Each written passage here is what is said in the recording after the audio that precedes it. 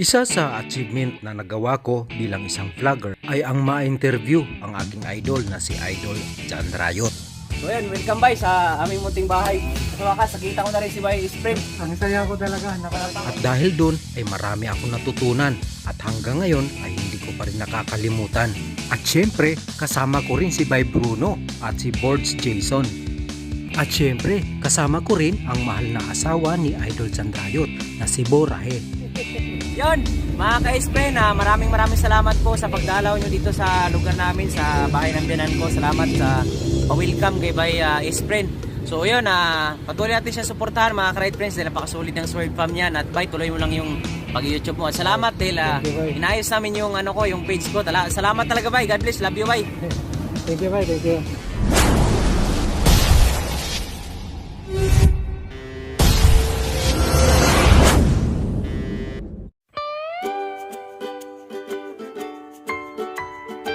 Ang historical church na ito ay isa sa mga naitalang pinakalumang simbahan na makikita sa Pilipinas.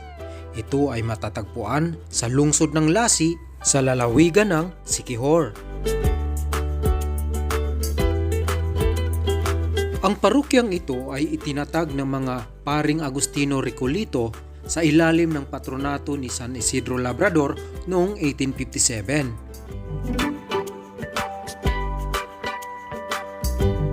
Ang simbahan at kumbento ay ipinatayo sa pangangasiwa ni Father Terrebio Sanchez. Ang simbahang ito ay yari sa mga batong dagat at matitigas na kahoy at tinapos ng mga Pilipinong artisano noong 1884 at ang kampanaryo pagkalipas ng isang taon. Ang pinakamaluwang at pinakalumang kumbento ay sinimula noong 1887 at binasbasa naman ito noong 1891 at isa ito sa pinakamalaking kumbento na naitala sa buong Pilipinas.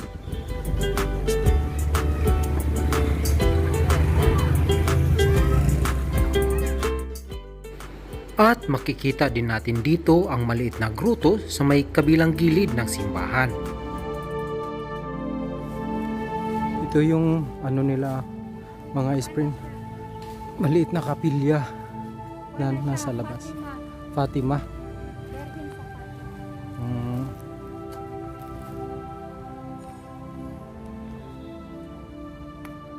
Pwede, ito yung pinaka-altar niya. Ito naman yung harap. Yan yung ano ng pare. Tsaka ito yung pinakaupuan ng mga devotees dito.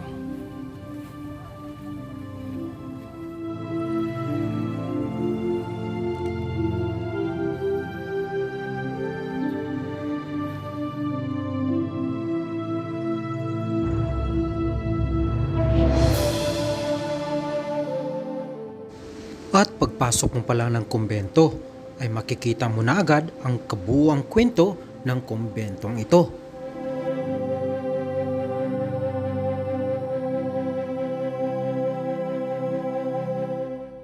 Kung sa madilim-dilim at makita mo ito at animoy pari na nakatayo na walang ulo ay siguradong kakaripas ka sa takbo.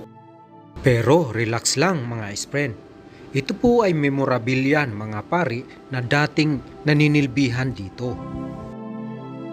Nakalagay po sa bawat kapa kung saan ito pwede gamitin kung para sa anong okasyon.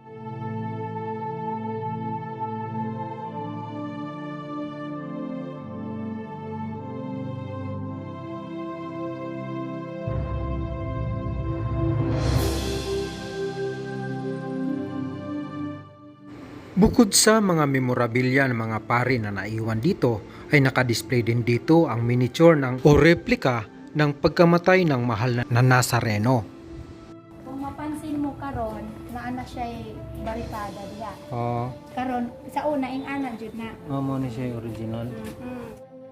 At naikwento rin sa akin ni Lalay na lokal na nanirahan dito na ang dating mukha pala ng simbahan ay ito.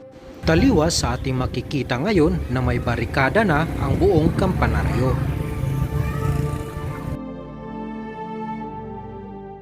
Kung makapagsalita lang sana ang mga memorabilia na mga naiiwan dito at maikwento sa atin ang kanilang mga sinapit nung mga taon na wala pa tayo.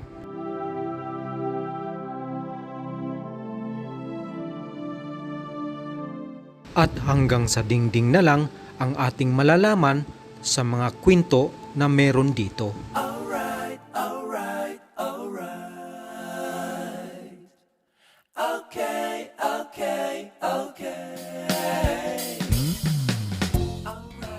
At sunod naman nating bisitahin ang Kambugahay Falls. 3, 4, 5, 5 kayong lalaki. 7. 7.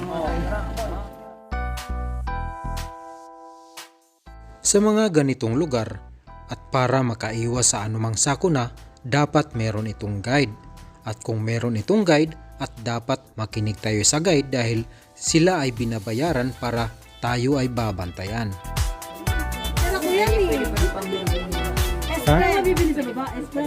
At higit sa lahat, support locals. Magbayad ng entrance. Magtatarasan sila? Tara na. Ikaw na guys. Ikaw muna magtalon. Talunan, mauna ka daw tumalon. Kung ang sukli mo, explain. Ay, explain, tara. Talaga, explain eh. 300 steps daw. Ito, Oh, 100. 35 lang. 135. Tumawad. Updated po yun, 300. Picture na lang ginawa tahan ni karon. Unsa man na boss kuha na. YouTube niya, YouTube. Na audio diha.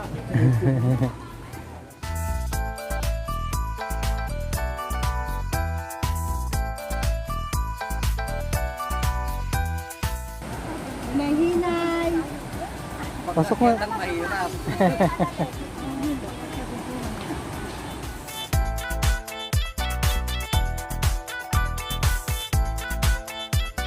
Mga friend, parang kabisado ko yung tunog ng tubig. Tapos pababa.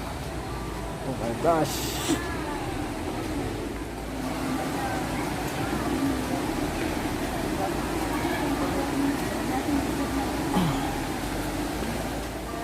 Ayan po mga friend. Na-stuck na. Na-stuck na sila, na-stuck. Oh, mga friend. Oh my gosh! Ang ganda ng tanawin. Ito na marahil ang lugar na makikita natin sa Google kapag ang Siquijor ay sinisearch natin. Wow! Ang ganda!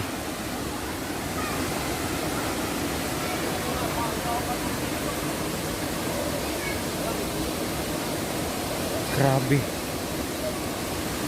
Ito yung makikita mo sa Google kapag sinabi mong Siquijor sa Google. Ito yung makikita mo. Napakaganda. Wow, man. Anong meron? Bakit kulay blue yan? Blue-green.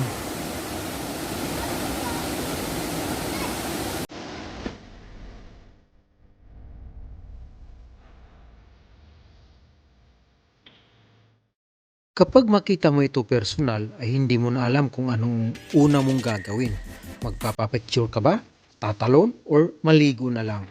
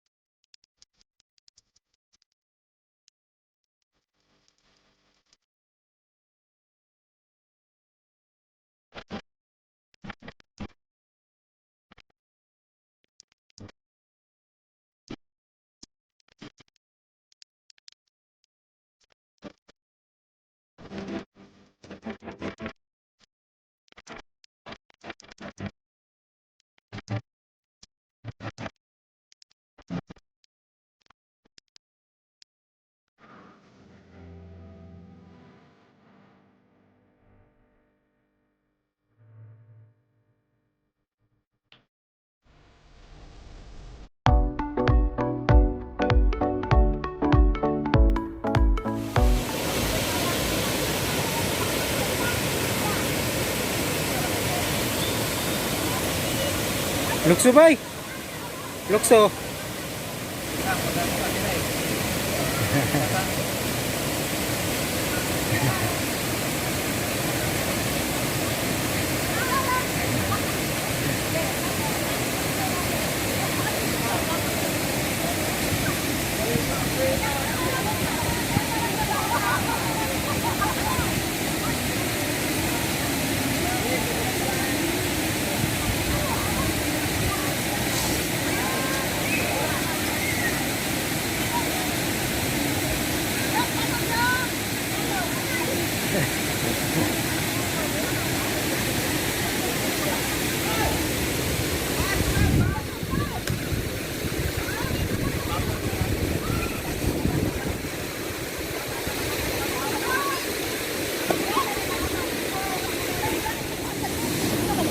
Kita maligo? Ano naman? Dali ba, ligo? Ligo? Yung ligo, ha?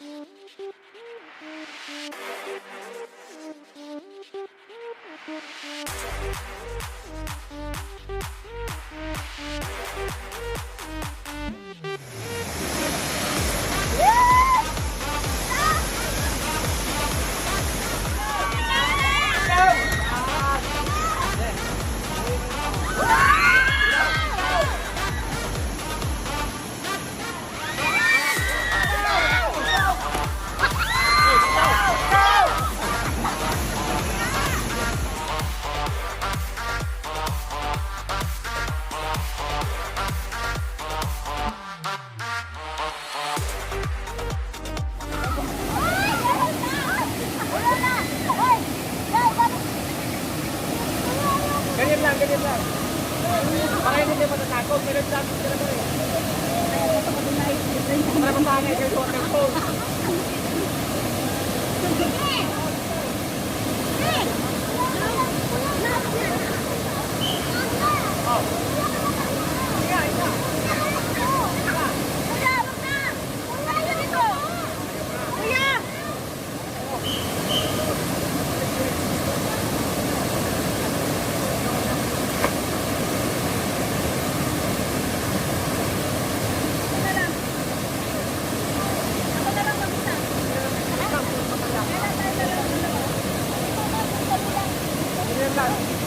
Ikaw na lang, ma'am. Hindi na pag-iingat, ma'am. May titikot po sa bawal.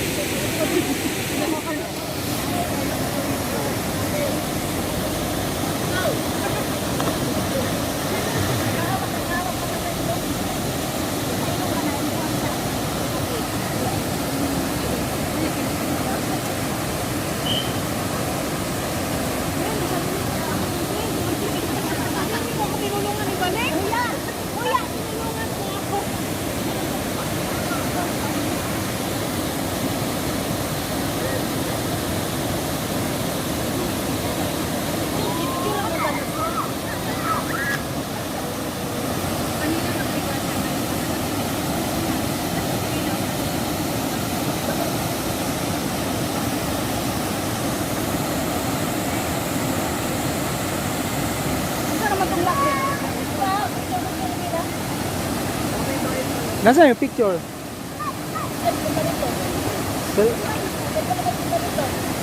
Waterproof na to. Ah.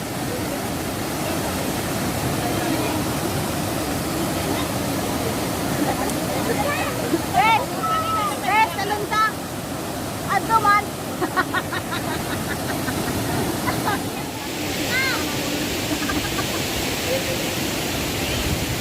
Ay. Gagamitin daw nila, day. Gagamitin nila. Gamitin ko nila.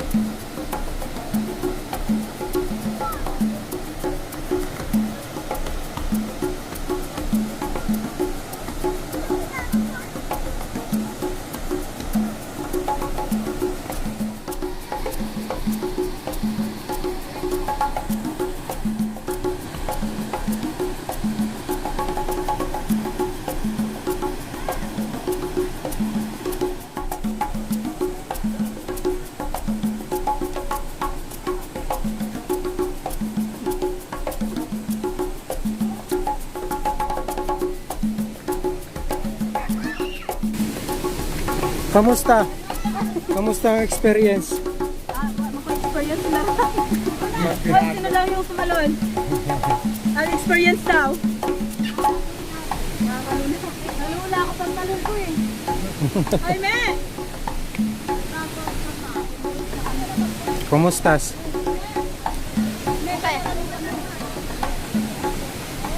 Kumusta ang experience sa pagtalon? Nakakalula po.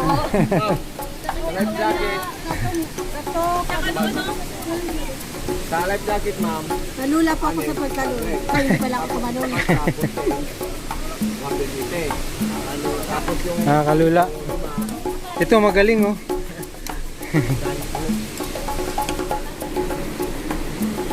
Yan oh. Hi, best friend. Balik. Hi, my best friend. Best friend.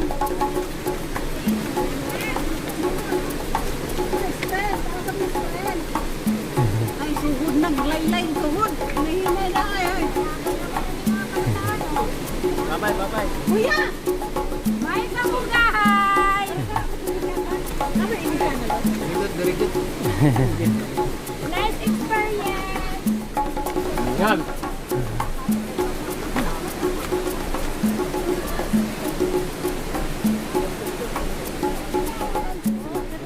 Eh, paano kumakilig ka? Nagsiga ng ilong. Oh. Kaya ako ba ituklog?